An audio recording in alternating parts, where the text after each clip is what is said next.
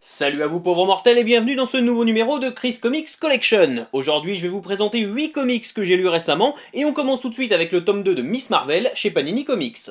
Autant être franc avec vous, le premier tome de Miss Marvel ne m'avait pas emballé du tout, mais genre...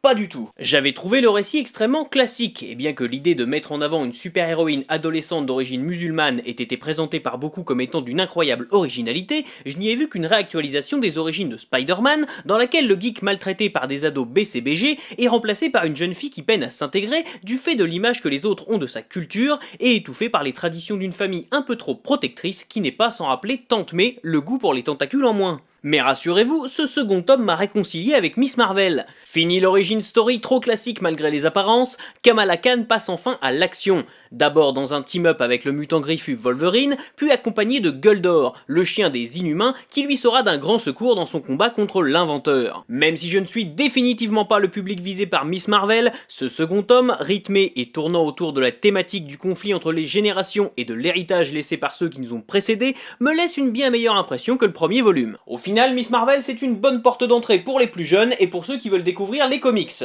En gros, c'est pas pour les vieux cons blasés comme moi quoi. Après 2 séries dans les années 90, Ghost a connu un reboot en 2012, et ses épisodes mettant en scène l'une des héroïnes phares de Dark Horse Comics débarquent en France chez Glénat. Fini la ville fictive d'Arcadia, direction Chicago pour suivre 2 chasseurs de fantômes dans leurs aventures télévisées.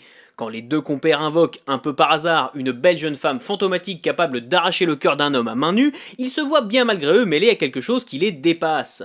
Qui est donc cette mystérieuse femme? Pourquoi est-elle morte? Quel sombre secret se cache au cœur de cette ville gangrénée par le crime? Des questions qui trouvent des réponses un peu trop vite à mon goût. Si Kelly Sue DeConnick livre une histoire agréable à lire, le travail de Phil Noto ne lui fait pas toujours honneur. La faute à un style un peu trop épuré et à un découpage qui demande au lecteur un effort d'imagination pas toujours bienvenu quand la scène présentée est plutôt simple. Résultat, on regrette un peu le travail du dessinateur Adam Hughes, qui livre d'ailleurs une magnifique couverture exclusive à cette version française. Toujours chez Glénat et dessiné par Victor Santos qu'on a déjà vu sur Furious chez le même éditeur, Black Market est un récit complet au pitch pour le moins accrocheur. Raymond Willis est médecin légiste. Sa femme est malade, mais sa situation lui permet de payer les soins nécessaires à son bien-être. Bref, tout va pour le mieux jusqu'à ce que son frère débarque avec un plan foireux, récupérer l'ADN des super-héros pour créer une sorte de remède universel. Bien sûr, rien ne se passe comme prévu et c'est le début des emmerdes pour Ray. Malgré un twist final digne de EC Comics, Black Market souffre des mêmes défauts que Furious. Le récit est bien trop linéaire par rapport à l'idée de base alléchante et les flashbacks qui jalonnent l'histoire sont pour certains assez dispensables. Black Market a donc un petit goût d'inachevé. Dommage pour un comic book indépendant dont on pourrait légitimement attendre qu'il aille jusqu'au bout de son propos et qui est finalement un peu trop sage. Mené par Jeff Parker au scénario et par Paul Pelletier au dessin, les épisodes 32 à 40 de la série New 52 dédiée à Aquaman entraînent notre héros à la recherche de sa mère disparue. Atlana est-elle vraiment morte? Arthur Curry va devoir voyager loin, très loin, et affronter de nombreux dangers pour apprendre la vérité.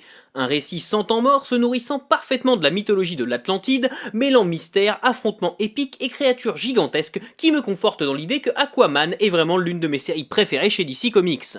Enfin, l'album se termine par 2 courtes histoires revenant sur les origines d'Aquaman et de Mera, ce qui est toujours appréciable si vous êtes un néophyte. Une fois encore, je ne saurais que trop vous conseiller de lire Aquaman. Voilà, y a rien d'autre à dire. Il faut lire Aquaman. Après une première série en 4 épisodes disponibles aux éditions Kotoji, Bertrand Kufterian revient dans un nouvel arc intitulé Zone 57, une production bien de chez nous. La ville de Metz est envahie par des extraterrestres. Retenus par un mur de confinement en partie financé par la télévision, les aliens sont maintenant au centre d'une émission de télé-réalité qui oppose des chasseurs d'extraterrestres. Bertrand Kufterian, individu maladroit et malchanceux, est l'un d'eux. Il compte bien tirer son épingle du jeu en faisant preuve d'héroïsme, à moins que ça ne soit de l'inconscience. Cette série de Guillaume Mathias rappelle un mélange entre X-Files et Shaun of the Dead, son style cartoonesque vous évoquera les dessins animés du début des années 2000, et son petit côté satirique plaira à ceux qui en ont assez de voir nos écrans de télé faire l'apologie de la médiocrité et du nivellement par le bas. Si Bertrand Kufterian Zone 57 n'est pas dénué de défauts, cette série elle mérite d'être plutôt honnête et d'offrir une sympathique lecture made in France France. Allez, on termine maintenant avec les volumes 3, 4 et 5 de la collection DC Comics Le meilleur des super-héros chez Eagle Moss. Dans Superman, le dernier fils, Geoff Johns s'entoure d'une équipe créative prestigieuse avec notamment Richard Donner, Adam Kubert ou Gary Frank pour nous raconter comment Superman, après avoir secouru un jeune kryptonien, va devoir affronter d'autres survivants de sa planète natale. Dans Justice League, au commencement, Geoff Johns et Jim Lee réactualisent la première rencontre entre les plus grands héros de l'univers DC, qui doivent unir leurs forces pour protéger la Terre du terrible Darkseid. Une excellente porte d'entrée pour découvrir les principaux protagonistes de DC Comics. Et enfin dans Batman The Dark Knight Returns, Frank Miller imagine le retour d'un héros vieillissant dans un récit qui fait partie des comic books qui ont révolutionné le genre dans les années 80 et inspiré de nombreux auteurs. Un classique absolu. D'ailleurs, si vous voulez en savoir plus sur The Dark Knight Returns, je vous conseille de jeter un œil à cet épisode de Comics Rise dédié à Frank Miller. Voilà, jusqu'à la prochaine fois, je compte sur vous pour avoir de saines lectures. Si vous aussi vous avez lu ces comics, n'hésitez pas à me donner votre avis dans les commentaires. Et enfin, n'oubliez pas de partager cette vidéo et de vous abonner à la chaîne pour ne pas rater la prochaine.